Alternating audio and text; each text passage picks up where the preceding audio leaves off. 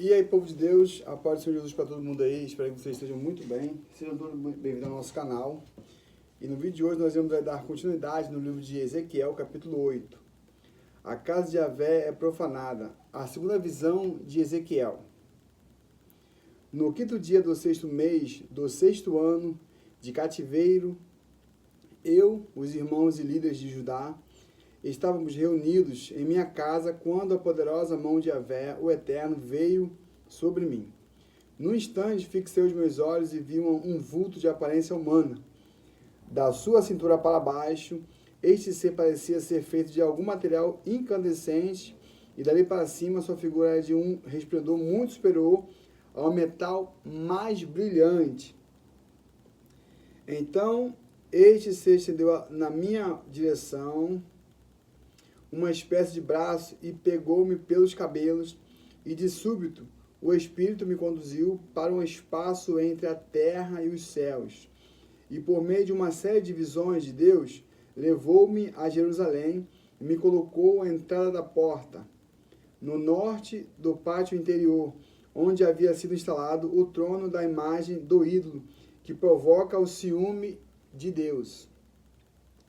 E ali, diante da minha pessoa, estava a glória de Deus de Israel, exatamente como contemplara na visão que eu havia tido na planície do vale, né? No caso aqui deve ter sido a primeira visão dele, lá em Ezequiel, capítulo 1. Então ele falou comigo e ordenou: Filho do homem, levanta, pois, agora os teus olhos em direção ao norte, ergue meus olhos para o lado norte, ergui meus olhos para o lado norte e vi junto à porta do altar aquela imagem do ídolo que inflama o zelo de Deus. E o Eterno seguiu, dizendo-me: Filho do homem, vê o que o povo está fazendo? As grandes abominações que a nação de Israel pratica aqui, atitudes malignas que me afastarão para longe do meu amado e santo lugar. Mas isso não basta, verás ações ainda piores que estas. Em seguida, o Espírito me conduziu para a entrada do pátio. Olhei e vi um buraco no muro. E ele me orientou: Agora, pois, ó filho do homem, escava esta parede. Prontamente escavei o muro e vi ali a abertura de uma porta. Disse-me ainda: Entra e observa com os teus próprios olhos as ações repugnantes e iníquas que essa gente vem praticando aqui. Então eu entrei e olhei e vi toda a forma de criaturas rastejantes e animais considerados impuros, e todas as imagens de ídolos que os israelitas estavam cultuando, e muitos desses ídolos estavam pintados em figuras nas paredes por todo lado. 70 líderes e anciões da casa de Israel, inclusive Jazanias, filho de Safã, estavam em pé diante de tais pinturas. Cada um tinha na mão o seu incensário. O forte cheio de incenso subia como numa nuvem aromática. Então ele me questionou: Filho do homem, viste o que os líderes e anciões da nação de Israel estão fazendo em oculto, nas trevas? Vê que cada um está escondido em sua câmara e santuário pessoal, adorando a imagem esculpida de seu ídolo particular. E eles ainda comentam: Ora, Javé não nos vê. O Senhor já abandonou a nossa nação há muito tempo. E acrescentou: Eis que verás essa gente cometendo erros ainda mais nojentos que estes. Então ele me levou para a entrada da porta do norte da casa de Javé, o templo, né? Isso tudo aqui, pessoal, era dentro do templo, dentro da igreja. Lá eu observei mulheres assentadas chorando e clamando pelo Deus Tamuz. E ele indagou-me: Viste isto, filho do homem? Pois verás abominações ainda maiores que estas. E no mesmo instante me transportou ao átrio de dentro, o pátio interior da casa de Javé, o templo do Senhor, e lá estavam cerca de 25 homens, à entrada do santuário do Eterno, entre o pórtico e o altar, de costas para o templo de Javé, e tinham seus rostos voltados para o oriente, e estavam prostrados, adorando o Deus Sol. Então ele me questionou mais uma vez: Viste tudo isso, filho do homem? Porventura, as práticas malignas e repugnantes que essa gente cometeu aqui são erros menores e triviais para a nação de Judá? Ora, depois de terem enchido a terra de brutalidade, tornaram a inflamar-me a cólera. Vê, olha lá o que fazem. Estão levando um ramo ao nariz como gesto cerimonial de culto à natureza. Por esse motivo eu os tratarei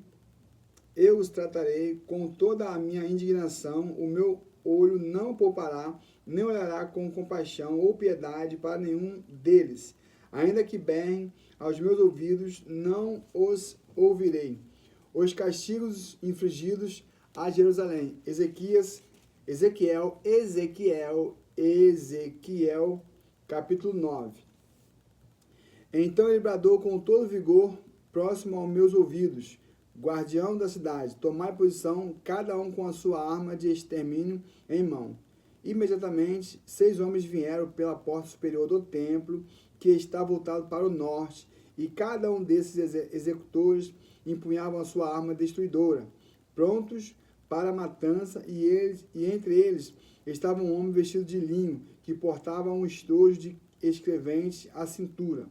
Eles entraram e se prostraram ao lado do altar de bronze.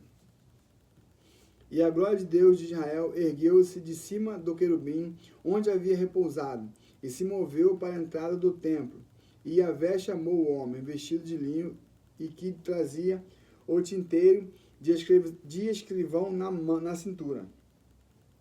E o Senhor ordenou-lhe: passa pelo meio da cidade, pelo meio de Jerusalém, e marca um sinal à testa das pessoas que se aborreceram e não compactuaram de todas as abominações que se cometeram no meio do povo.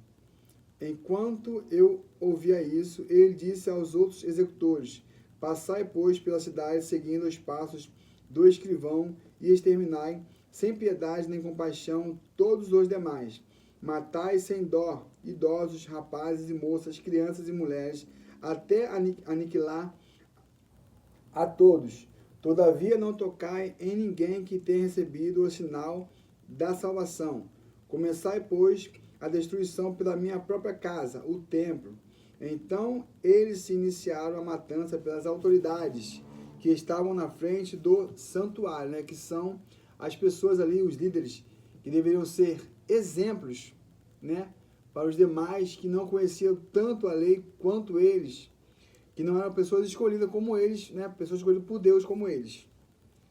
E ele ainda lhes ordenou: contaminai e profanai o templo, lotai de mortos os grandes pátios e abandonai o lugar.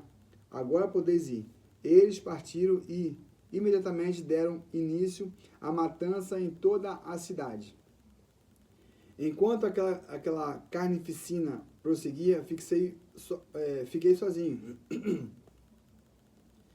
Então prostrei-me com o rosto rente ao pó da terra e clamei em alta voz: ó Yahvé, soberano Deus, vais mesmo destruir toda essa gente de Israel, lançando a sua indignação sobre Jerusalém? E o Senhor me respondeu: a malignidade da nação de Israel e de Judá é incomensurável. A terra está mergulhada em sangue e a cidade atolada na injustiça, pois eles vivem alegando: ora, Yahvé já abandonou toda a nação, o Senhor não olha mais para o seu povo. Sendo assim, eu também não terei misericórdia nem compaixão dessa gente. Farei recair suas más atitudes e obras sobre suas próprias cabeças. E o homem que estava vestido de linho, em cuja cintura estava o estojo de escrevente, retornou com o relatório e apresentou-o, dizendo: fiz tudo conforme me ordenaste. Né? A glória de Deus deixa o templo. Ezequiel, capítulo 10.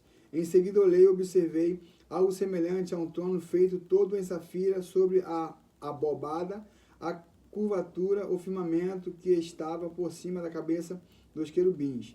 Então Yahvé ordenou ao homem vestido de linho: vai por entre as rodas giratórias por baixo dos querubins, enche as tuas mãos de brasas acesas que estão no meio dos querubins e espalha-as sobre toda a cidade. E enquanto eu contemplava o que estava acontecendo, ele se foi. Ora, os querubins haviam se posicionado de pé do lado direito, ao sul do templo, enquanto o homem entrou, e uma nuvem cobriu todo o pátio interior. Então a glória de Yahvé se levantou de sobre o querubim e passou para a entrada do templo, e todo o santuário se encheu da resplandecente glória do Senhor. E o som das asas dos querubins podiam ser ouvido até no pátio externo, como a voz de Deus Todo-Poderoso quando ele falava. Quando o Eterno ordenou ao homem vestido de linho, apanha fogo do meio das rodas, dentre os querubins, ele entrou e colocou-se junto a uma roda.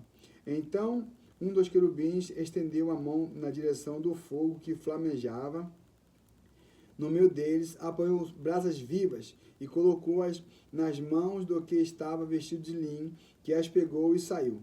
E surgiu debaixo das asas do querubins algo semelhante a mãos humanas.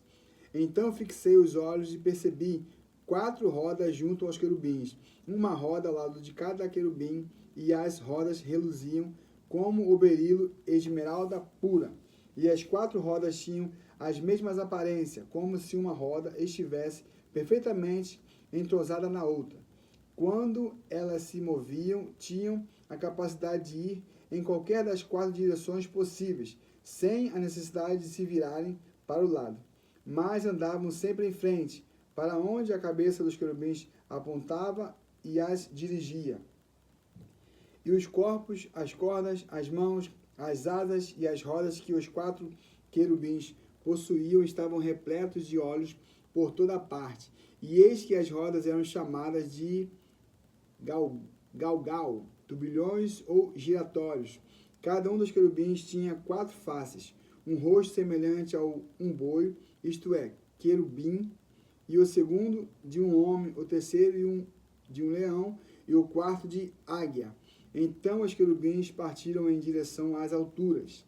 Eles são os mesmos seres viventes que observei junto ao rio Quebar. E quando os querubins andavam, as rodas giratórias ao lado deles também se movimentavam. E quando os querubins erguiam suas asas para se elevar da terra, as rodas não deixavam de segui-lo de perto. Quando eles paravam, elas também paravam. E quando eles se elevavam, elas se elevavam junto, pois o ânimo das rodas era controlado pelos querubins. Então aconteceu que a glória de Yahvé afastou-se para longe da entrada do templo e parou sobre os querubins. Enquanto eu contemplava tudo isso, os querubins estenderam as asas e se elevaram do chão diante dos meus olhos, sempre acompanhados pelas rodas giratórias, e pararam à entrada oriental do templo do Senhor, e a glória de Deus de Israel estava sobre eles. Ora, estes seres viventes são os mesmos que eu tinha observado debaixo do Deus de Israel, junto ao rio Quebar, e compreendi que eram querubins. Que eram querubins. Cada um tinha 4 caras e 4 asas, e debaixo de suas asas havia o que parecia ser mão de homens. Sua face tinha a mesma aparência daqueles que eu tinha visto próximo ao rio Quebar, e todos se movimentavam sempre para frente, sem nunca virarem para quaisquer 2 lados. Bom, aqui no livro de Ezequiel, né, são várias profecias que Deus mostra ao povo. Eu creio que o povo estava cativo, né, como foi lido no livro anterior de Lamentações, que foi Jeremias, onde o povo foi levado como cativo para a Babilônia pelo rei Nabucodonosor. E aqui eu percebo que tem também algumas coisas que acontecem, né, que aconteceram ou que vão acontecer lá no livro de Apocalipse. As visões que o profeta, né, João teve lá na ilha de Patmos. Beleza? Então aqui é sempre Deus, né, orientando o povo, sempre Deus exortando o povo e mostrando que eles estão sendo castigados, não é em vão, porque ele castiga, mas antes Deus mostra os nossos erros, as nossas falhas e os nossos pecados. Fiquem todos na paz. e até o próximo vídeo. Paz!